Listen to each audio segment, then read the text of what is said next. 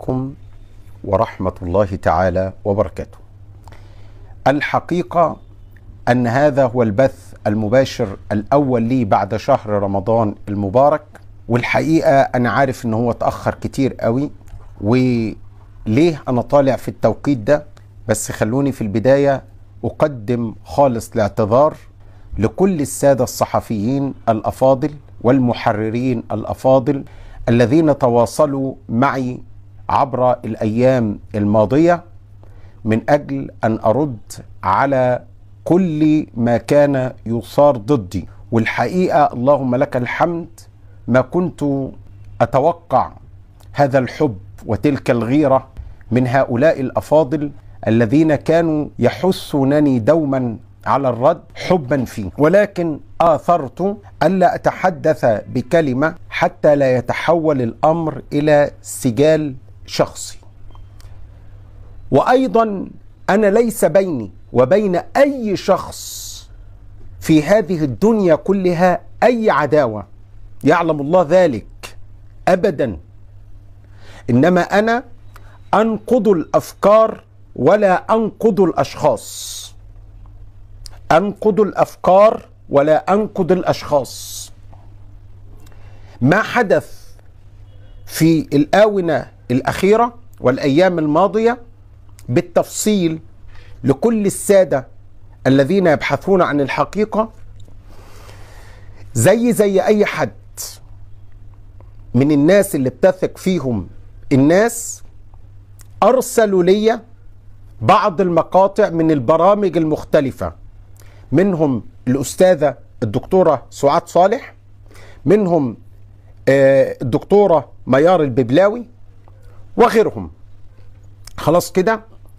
والحقيقة أنا طلعت وقلت في فيديو قبل الفيديو ده للدكتورة سعاد صالح لو سمحت اعتزلي واجلسي في بيتك، وبينت للناس ليه. خلاص طيب.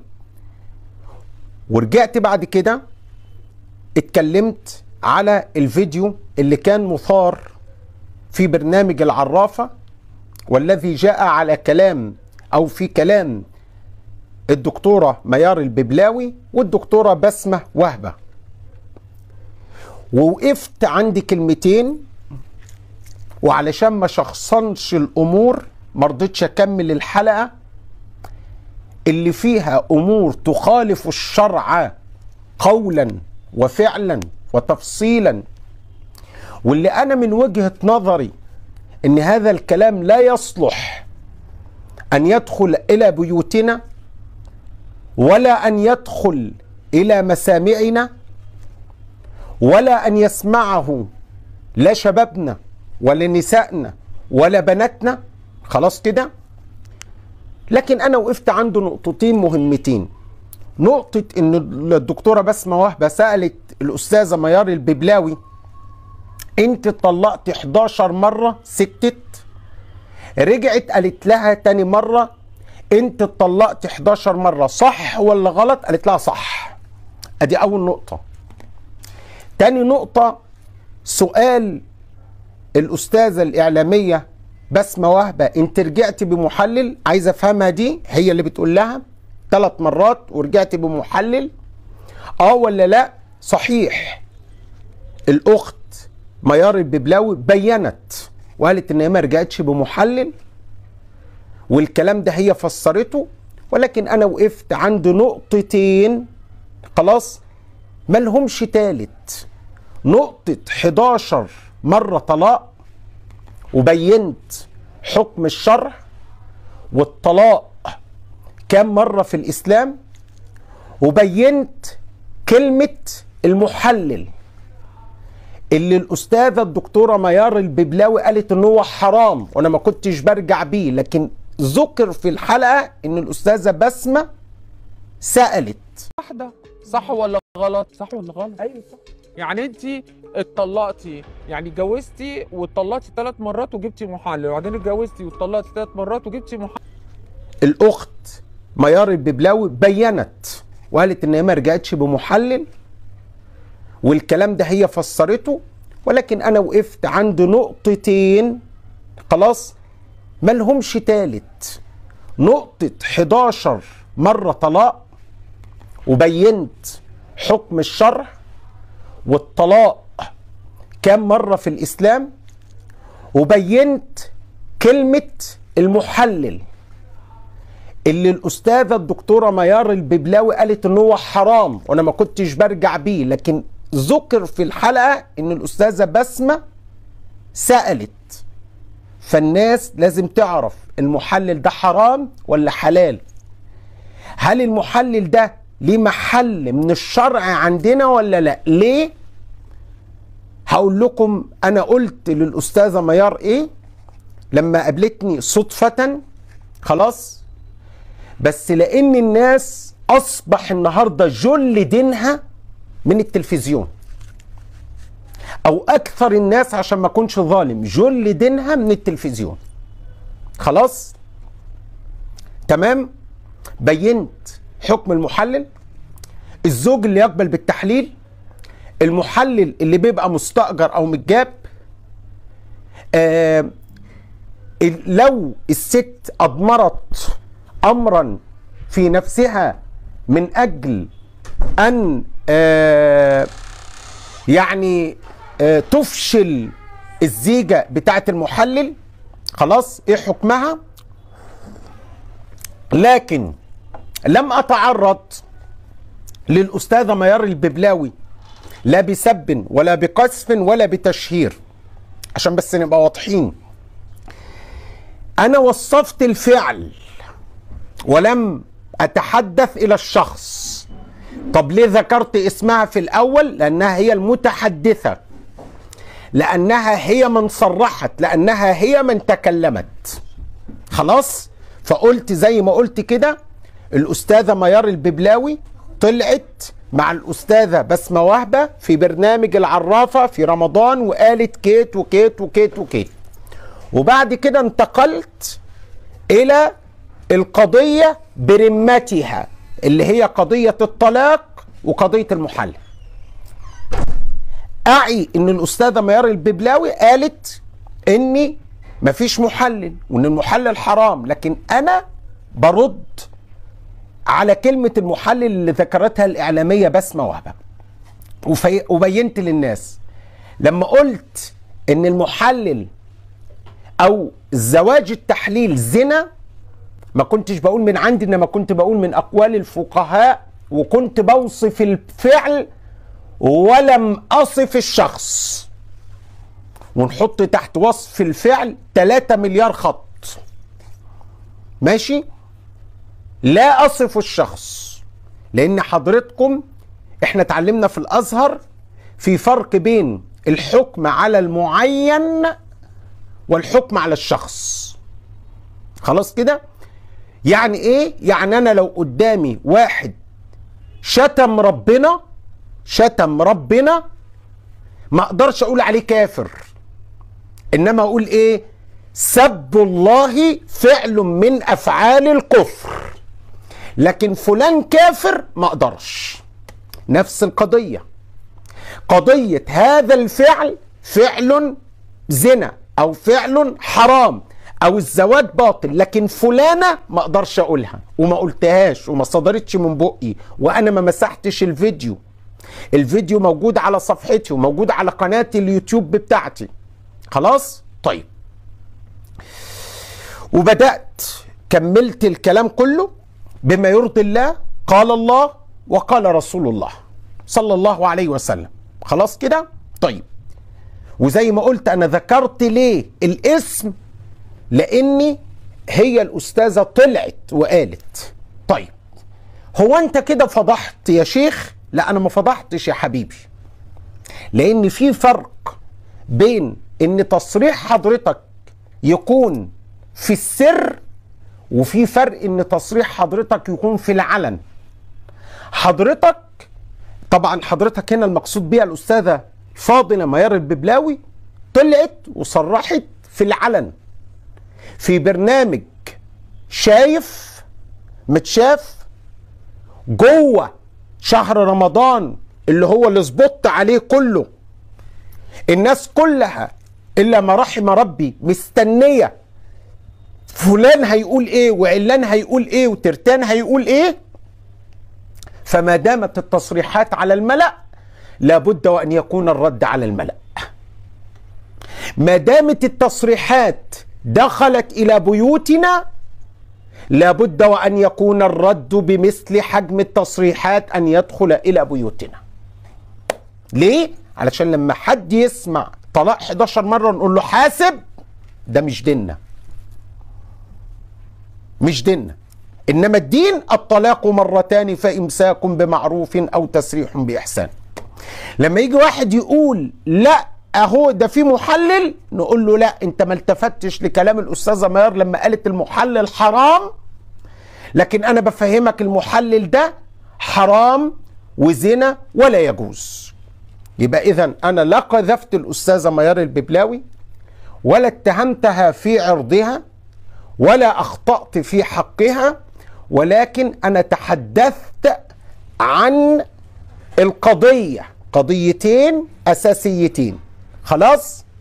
وما رضيتش اكمل الحلقه اللي كان فيها امور كتيره قوي وتخالف الشرع، ولا يصح ان تدخل الى بيوت الناس لا دينا ولا خلقا ولا شرعا ولا. انا رديت باللي انا شايفه.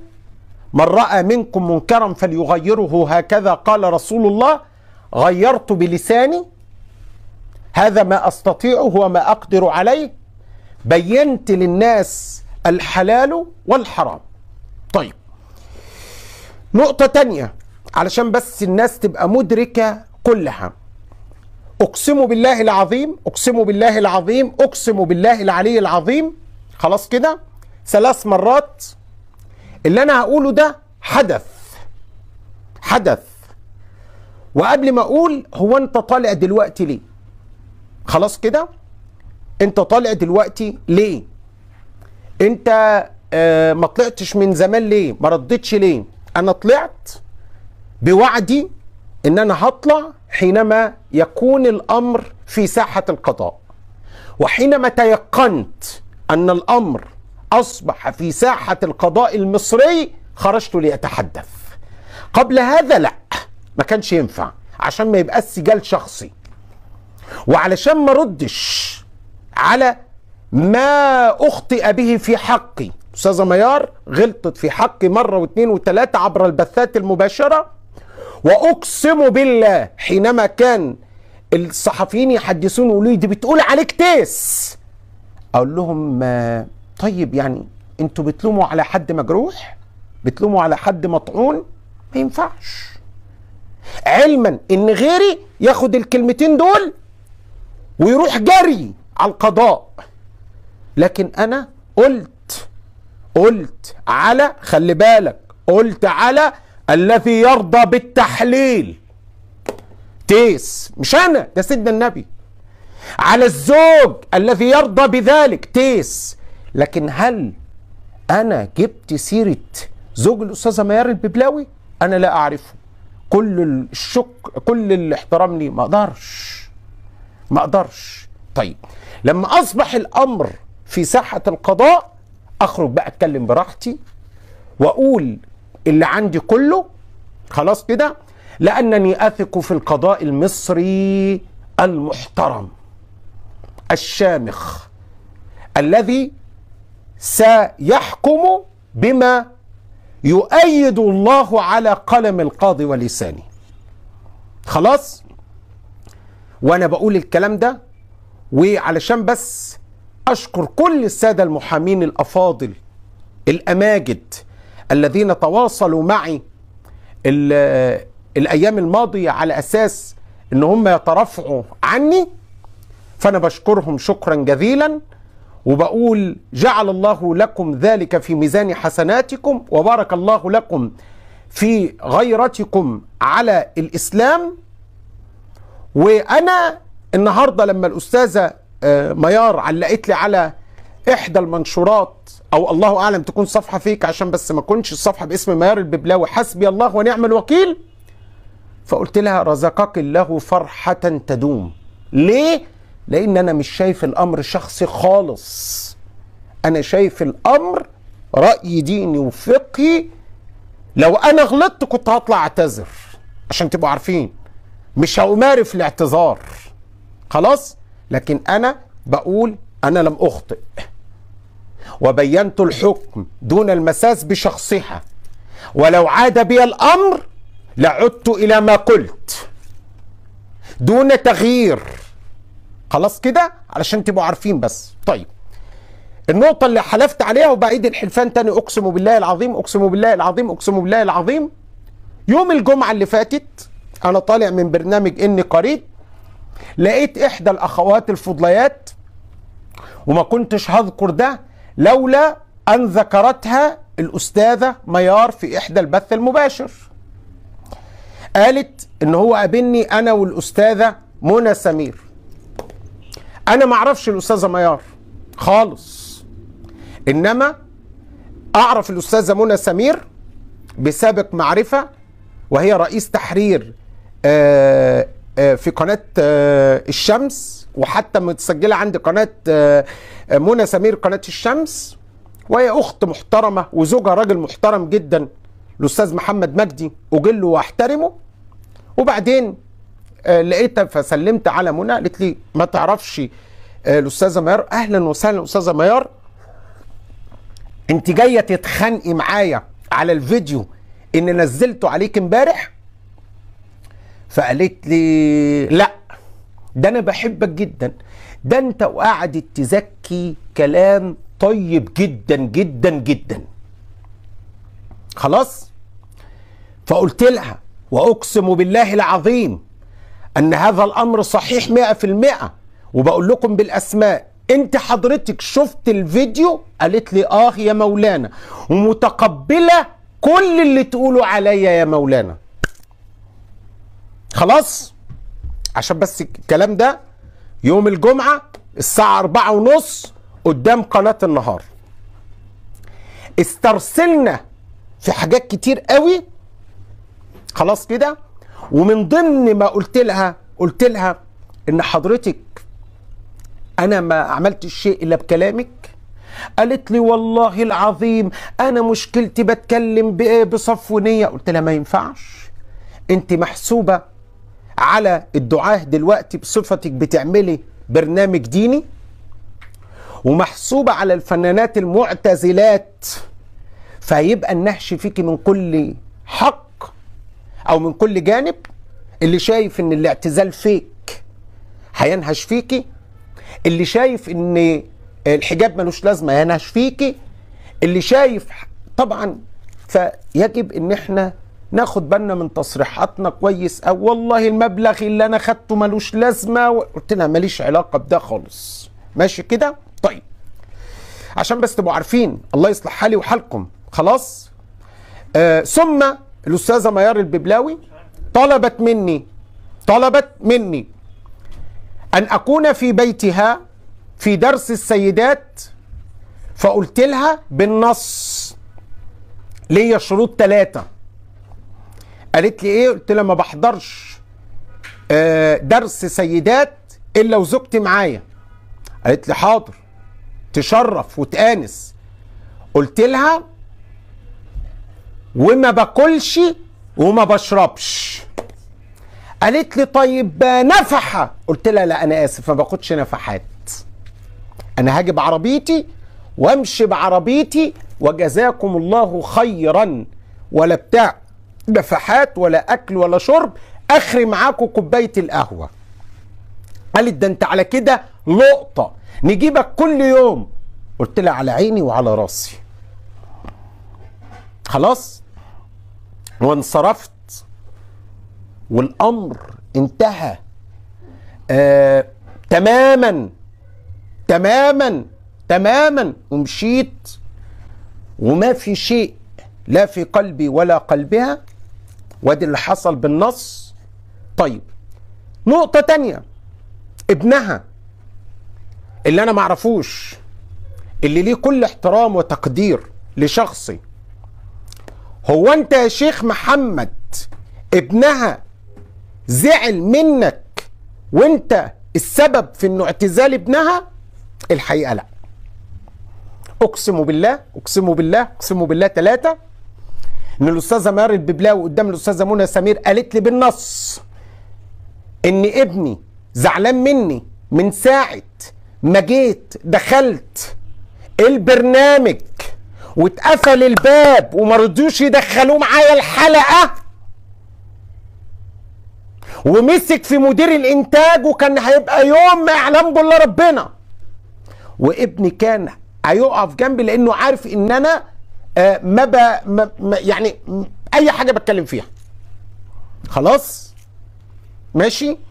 واحنا اتكلمنا يا مولانا 2.5 ساعة، ده هي بتتكلم على الحلقه اتحذف منها كتير. خلاص طيب، انا بقى سؤالي طبعا ده اللي قالته لي. طيب يا ترى هو ابن حضرتك زعل منك زي ما قالت بعض الجرائد لانه سايب خطيبته او ساب خطيبته؟ خلاص ولا زعل بسبب ان انت دخلتي وقفلت الباب وما حضرش معاكي تسجيل الحلقة؟ ولا زعل يوم 22 رمضان لما حضرتك اتذاعت الحلقة؟ ولا زعل من كلامي؟ لا أدري، لا أدري. خلاص أنا بس حبيت أقول لكم ما حدث وصفا وتفصيلا. طيب أنا بعذر كل الناس اللي أخطأت في حقي واللي أساءت ليا واللي أساءت الظن بيا، بعذرهم والله، بعذرهم والله بعذرهم، ومسامح كل الناس ومتنازل عن عرضي امام كل الناس. ليه؟ لاني انا مرضتش اتكلم منذ اللحظه الاولى علشان ما يبقاش الامر سجال، ما يبقاش حد يقول وانا ارد وانا اقول وحد يرد. لا، انا قلت للناس كلها الصحفيين انا كان عندي قضيه دخلت بيوتنا لازم اتعرض ليها، بس ربنا اداني منبر اللي هو صفحتي، لازم ربما في القناة في قيود، لكن اقسم بالله العظيم عمرهم ما قالوا لي في القناة اتكلم في حاجة او ما تتكلمش في حاجة ابدا منذ اللحظة الاولى. انما ربما لا احمل الناس فوق طاقتها، لكن انا اتحمل على صفحتي اللي انا اقوله. فعلشان كده لما بيحصل شيء من اي حد ادام دخل بيوتنا وتسرب الى مسامع بناتنا ونسائنا وشبابنا وكل الناس، يبقى لازم نرد عليه. لما اظن في نفسي ان ربنا سبحانه وتعالى اداني قبول عند بعض الناس واداني جمهور يتابعني ليس بالقليل، صفحة عليها قرابة 4 مليون 3 مليون و700 ألف وكسور، يبقى الناس دي حقها عليا ان انا اطلع واقول هذا حلال وهذا حرام. خلاص طيب، لما اجي انا اقول، عشان تبقوا عارفين، لما يجي واحد يقول لي بينه وبينه ما ينفعش اطلع اقول باسمه.